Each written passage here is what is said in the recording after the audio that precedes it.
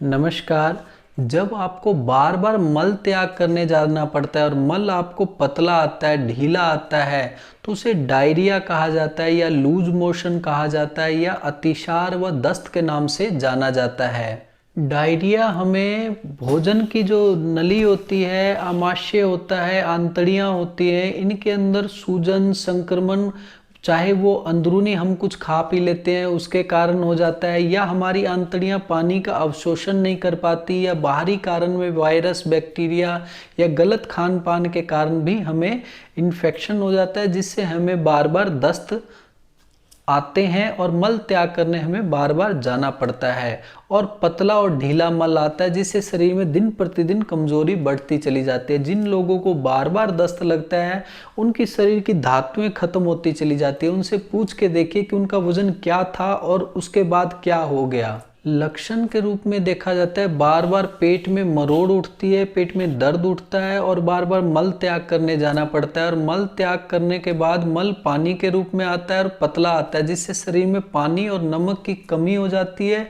और कमजोरी महसूस करते हैं। कई लोगों को क्या होता है, पेट में मरोड़ या दर्द नहीं भी होता, लेकिन उनको बार बार मल त्याग करने जाना पड़ता है और दिन प्रतिदिन उनकी कमजोरी बढ़ती चली जाती है और अपने आप को थकावट महसूस करते हैं और थका हुआ महसूस करते हैं। अब मैं आपको कारण बताया तो ज़्यादातर लोगों को कारण में देखा जाता है ज़रूरत से ज़्यादा मात्रा में तला फला खा लेते हैं, या मिर्च मसालेदार खा लेते हैं, या दूषित पानी या दूषित खाना खा लेते हैं, जिनके कारण आंतों में संक्रमण हो जाता है या सूजन हो जाता है, जिससे उनको बार बार मल त्याग करने जाना पड़ता है। कई लोग ऐसे आते हैं जो ज़रूरत से ज़्यादा मात्रा में शराब का इस्तेमाल कर लेते हैं, उसके कारण भी उनके आंतों में, लीवर में इन्फेक्शन हो जाता है, जिनसे उनको बार बार मल त्याग करने जाना पड़ता है। कई लोगों को नया अनाज खाने की वजह से भी उनको उसके कारण दस्त लग जाते हैं। जैसे कैसे चावल नए खाने से दस्त लग जाते हैं, या नए गेहूं का इस्तेमाल करने से उनको दस्त की शिकायत लग जाती है और कहते हैं अरे मैं तो आटा पिसवा के लाई, आटा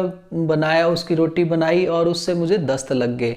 तो कहने का मतलब ये नया अनाज का इस्तेमाल करने से भी कई लोगों को दस्त की शिकायत हो जाती है।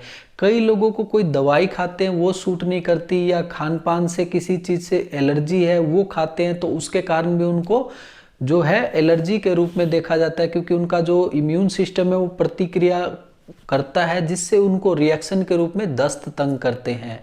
और कई लोगों को देखा जाता है कि डर के कारण या टेंशन के कारण भी उनको बार बार मल त्याग करने जाना पड़ता है। उनका जो नर्वस सिस्टम होता है ना, ठीक ढंग से पाचन नहीं कर पाता, या जो ज़्यादा टेंशन रखते हैं उनका पाचन तंत्र खराब हो जाता है, जिससे बार बार उनको मल त्याग करने जाना पड़ता है। और कई लोगों का क्या होता है कि शरीर में वात पित्त कफ 3 दोष होते हैं, जिसमें से पित्त दोष बढ़ जाता है जो पाचन तंत्र को खराब कर देता है और उनको बार बार मल त्याग करने जाना पड़ता है। कहने का मतलब किसी भी कारण से अगर आपको दस्त की शिकायत तंग कर रही है, आपकी आंतड़ियां खाने का पाचन नहीं कर रही है, तो इसी वीडियो में जो उपचार बताऊंगा उसका इस्तेमाल करके आप अपने आप को पूर्ण रूप से ठीक कर सकते हैं। अब मैं आपको घरेलू उपचार बताता हूँ। घरेलू उपचार में जीरा भुना हुआ लेना है 10 ग्राम, सौंफ भुना हुआ लेना है 10 ग्राम, और सोंठ जो अदरक बोलते हैं ना, अदरक को सुखा के तैयार किया जाता है उसे सोंठ कहा जाता है, वो लेना है 10 ग्राम। अगर मान लीजिए आपके पास तोलने तालने का झंझट ना हो तो कोई बात नहीं, आप सोंठ कूट के पाउडर बना लें, उसका पाउडर 1 चम्मच लेना है। जीरा भून के, सौंफ भून के पाउडर बना लें, उन दोनों का भी चम्मच 1-1 चम्मच लेके किसी बर्तन में डाल के अच्छे से मिला लें। अब इसका आधा चम्मच सुबह, आधा चम्मच दोपहर को, आधा चम्मच रात को चावल के मांड के साथ या दही की लस्सी के साथ, दोनों में से किसी एक चीज के साथ लेके आप अपने को पूर्ण रूप से स्वस्थ कर सकते हैं। जो लोग पाउडर खाने में असमर्थ हैं, वो पाउडर नहीं खा सकते, तो उन लोगों को कहना चाहूँगा ये जो बनाया ना आपने पाउडर, ये आधा चम्मच पाउडर किसी बर्तन में डाल के उसमें 1 कप पानी डाल दें और उसे अच्छे से उबालें। उबल के पानी जब आधा कप रह जाए उसे नीचे उतार के छान के उसमें देसी खांड स्वाद अनुसार मिला के आप सुबह दोपहर शाम ये काढ़ा बना के पिएं, तो बहुत जल्द आपके आंतों से संबंधित, पेट से संबंधित या किसी भी कारण से अगर आपको बार बार दस्त लग रहे हैं वो पूर्ण रूप से ठीक हो जाएंगे और आप अपने आप को पूर्ण रूप से स्वस्थ महसूस करेंगे। अब मैं आपको आयुर्वेदिक उपचार बताने जा रहा हूँ। आयुर्वेदिक उपचार में इसबगोल का छिलका लेना है 50 ग्राम, कूड़ा छाल लेनी है 50 ग्राम, सौंफ भुने हुए लेने हैं 50 ग्राम और बेलगिरी सूखी लेनी है 50 ग्राम। इन चारों चीज़ों को लेके पीस के पाउडर बना के रख लें। 1 चम्मच पाउडर सुबह, 1 चम्मच पाउडर दोपहर को, 1 चम्मच पाउडर रात को। दही की लस्सी बना के उसके साथ इस्तेमाल करने से बार बार किसी भी तरह के किसी भी कारण से अगर आपको दस्त की शिकायत हो रही है तो वो पूर्ण रूप से ठीक हो जाएगी और शरीर में पानी की कमी भी नहीं होगी।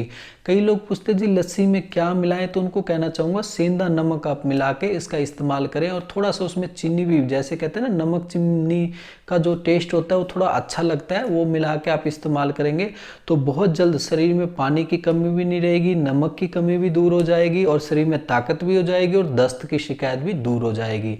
जो लोग पाउडर नहीं खा पाते, आपने जो ये पाउडर बनाया ना उसका इस्तेमाल भी काढ़े के रूप में कर सकते हैं। 1 चम्मच पाउडर लेके किसी बर्तन में डाल के 1 कप पानी डाल के उसे अच्छे से उबालें। उबल के जब पानी आधा कप रह जाए उसे नीचे उतार के छान के उसमें हल्का सा सेंधा नमक स्वाद अनुसार मिला के उस काढ़े को इसी विधि से दिन में 3 बार बना के इस्तेमाल करने से बहुत अच्छा लाभ होता है। और स्वाद अनुसार उसमें नींबू का रस भी डाल सकते हैं जिससे उसका टेस्ट भी बढ़ जाएगा, तो इसका इस्तेमाल करके लाभ उठा सकते हैं। अब मैं आपको रेडीमेड उपचार बताया, तो रेडीमेड उपचार उन्हें बताया जाता है जिनके पास समय का अभाव होता है। तो रेडीमेड उपचार में आ जाता है बाल गंगाधर चूर्ण।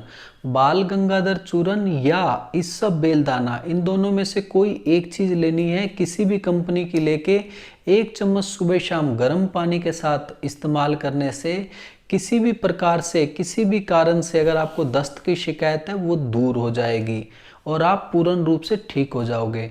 और एक बात बताना चाहूँगा कि मैं हर वीडियो में आपको 3 उपचार बताता हूँ जिसमें से आपने केवल 1 उपचार करना है, तीनों उपचार नहीं करने हैं। जिस उपचार को करने में आप समर्थ हैं, जो उपचार आपको अच्छा लगता है, आसानी से वो कर पाएंगे, वो उपचार करके आप अपने आप को ठीक कर सकते हैं। और कई लोग पूछते हैं जी ये जड़ी बूटियाँ मिलेंगी कहाँ से, तो मैं उन लोगों को कहना चाहूँगा जहाँ पे आप रहते हैं ना वहीं आसपास में देसी जड़ी बूटियाँ रखते हैं जिन्हें पंसारी कहा जाता है, उनके पास से ला के आसानी से इस्तेमाल करके लाभ उठा सकते हैं और अपने आप को स्वस्थ बना सकते हैं। अब मैं आपको परहेज बताता हूँ क्योंकि बिना परहेज के कोई भी औषधि असर नहीं करती है। तो परहेज में बाजार का तला फला मत खाएं, ज़्यादा मीठा या ज़्यादा नमक का इस्तेमाल मत करें, दूषित भोजन या दूषित पानी का इस्तेमाल मत करें, ज़्यादा टेंशन मत रखें और ज़्यादा मीट अंडा या घी मक्खन मलाई का इस्तेमाल मत करें ताकि आप पूर्ण रूप से ठीक हो सकें। अब जो आपके लिए फ़ायदेमंद है मैं वो बताता हूँ। दही का इस्तेमाल फ़ायदेमंद है, केले का इस्तेमाल फ़ायदेमंद है, सौंफ का इस्तेमाल फ़ायदेमंद है, अनार आपके लिए फ़ायदेमंद है, हरी साग सब्जियों का इस्तेमाल करना फ़ायदेमंद है, गुनगुना पानी पीना आपके लिए बहुत फ़ायदेमंद है। गुनगुना पानी आप 2 घंटे में 1 गिलास गुनगुना पानी पिएं और उसमें स्वाद अनुसार देसी खांड और सेंधा नमक मिला के पिएंगे तो आपको शरीर में पानी की कमी भी नहीं होगी। मूंग की दाल की खिचड़ी या चावल, मांड युक्त चावल का इस्तेमाल करके भी आप पूर्ण रूप से अपने आप को स्वस्थ कर सकते हैं। और लास्ट में मैं आपको इतना ही कहना चाहूँगा कि मेरे बताए गए इन नुस्खों से आपको पूर्ण लाभ मिले तो बहुत अच्छी बात है। अगर आपको पूर्ण लाभ नहीं मिलता तो आप नज़दीकी डॉक्टर से या हमसे संपर्क कर सकते हैं। धन्यवाद।